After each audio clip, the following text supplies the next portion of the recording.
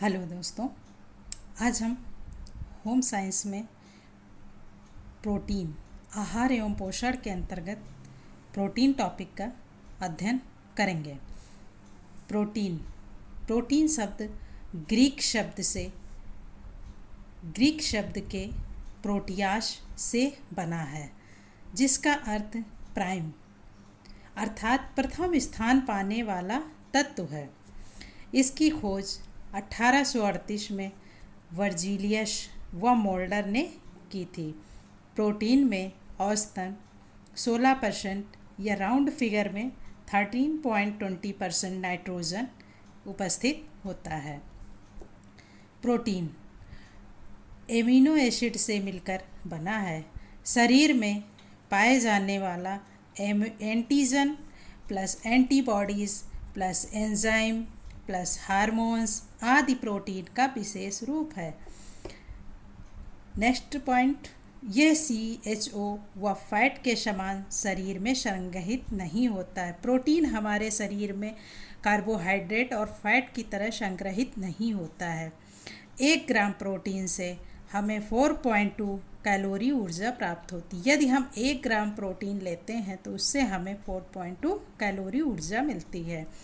सबसे छोटा protein insulin है। इसमें कम से कम 51 एमिनो अम्ल होते हैं। हीमोग्लोबिन में पाए जाने वाले अमीनो अम्लों की संख्या 574 होती है। प्रोटीन का सरलतम छोटा रूप एमिनो एसिड है। जो प्रोटीन है उसका सबसे छोटा रूप एमिनो एसिड है। इसको जोड़ने वाला एमिनो एसिड को जोड़ने वाला जो बांड है उसे हम पेप्टाइड प्लस पॉलीपेप्टाइड बांड के नाम से जानते हैं। प्रोटीन का अनुपात 2:1 है। चोट, सर्जरी, जलन, दुर्घटना में प्रोटीन की आवश्यकता होती है। प्रोटीन पोषक तत्वों के संवहन में कार्य करता है। गरीबों का मांस सोयाबीन को कहा जाता है।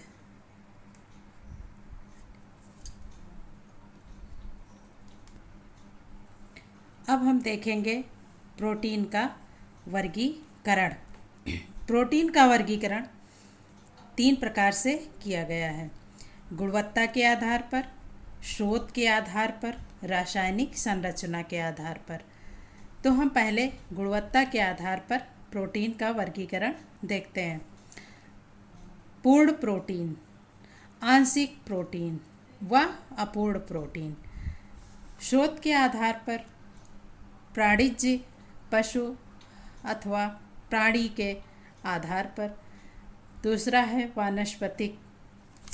तीसरा है रासायनिक संरचना के आधार पर, सरल, संयुक्त, व्युत्पन्न। इस तरह से हमने प्रोटीन का वर्गीकरण अध्ययन किया। अब हम देखेंगे प्रोटीन का कार्य।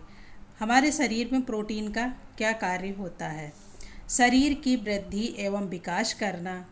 दूसरा है तंतुओं को पुनः निर्माण एवं मरम्मत हेतु ऊर्जा प्रदान करने में प्रोटीन सहायक होता है। रोग निवारण की क्षमता प्रोटीन में होती है। अंडे के पीले भाग का प्रोटीन एल्बुमिन, ओवाल्ब्यूमिन, ओवेग्लोब्यूमिन आदि के नाम से पाया जाता है। गेहूं का प्रोटीन, गेहूं में जो हमें प्रोटीन मिलता है उसे ग्लूटिनिन कहते हैं। दूध से जो हमें प्रोटीन मिलता है उसे केसिन या लैक्टो एल्बुमिन कहते हैं। मक्के से जो प्रोटीन प्राप्त होता है उसे जीन ग्लूटेन कहते हैं। मानव के बाल व नाखून में जो प्रोटीन होता है उसे केराटिन कहते हैं। मांसपेशियों में मायोसिन, ग्लोबिन, रक्त में हीमोग्लोबिन आदि पाया जाता है। इस तरह से प्रोटीन के कार्य हमारे शरीर में जो होते हैं वो हमने वर्णित किए। अब हम प्रोटीन से संबंधित कुछ प्रश्नों का अध्ययन करेंगे। तो पहला प्रश्न देखते हैं, अर्ध आवश्यक अम्ल कौन सा है? अर्जिनिन। यूरिल अम्ल एक डैश है। यूरिल अम्ल क्या है? प्यूरिन है। गर्भावस्था के दौरान संश्लेषित कुल प्रोटीन की आवश्यकता हमें कितनी होती है? तो कुल प्रोटीन हमें 700 ग्राम होती है। प्रोटीन में कितने प्रतिशत नाइट्रोजन होता है? प्रोटीन में 16% नाइट्रोजन होता है। मानव शरीर में प्रोटीन का प्रमुख कार्य क्या है? तो मानव शरीर में प्रोटीन का प्रमुख कार्य ऊतकों की मरम्मत करना है। अपूर्ण प्रोटीन कौन सा है? जेलेटिन अपूर्ण प्रोटीन है। प्रोटीन मुख्यतः किस रूप में अवशोषित किए जाते हैं? प्रोटीन एमिनो एसिड के रूप में अवशोषित किए जाते हैं। गेहूं में कौन सा प्रोटीन पाया जाता है? तो गेहूं में ग्लूटिन नामक प्रोटीन पाया जाता है। प्रोटीन की कमी से कौन सा रोग होता है? प्रोटीन की कमी से क्वाशियोरकर नामक रोग होता है जो कि एक से 4 वर्ष के बच्चों में पाया जाता है। मरस्मस रोग किसकी कमी से होता है? मरस्मस रोग प्रोटीन और ऊर्जा की कमी से होता है। गंधक यानी कि सल्फर युक्त अमीनो अम्ल है मिथियोनिन। प्रोटीन अमीनो एसिड से ही बनते हैं, शरीर का निर्माण करते हैं। ये अधिक मात्रा में किसमें पाए जाते हैं? तो ये अधिक मात्रा में अंडे की जर्दी में पाए जाते हैं। मानव शरीर में अनिवार्य अमीनो अम्ल की संख्या 10 है।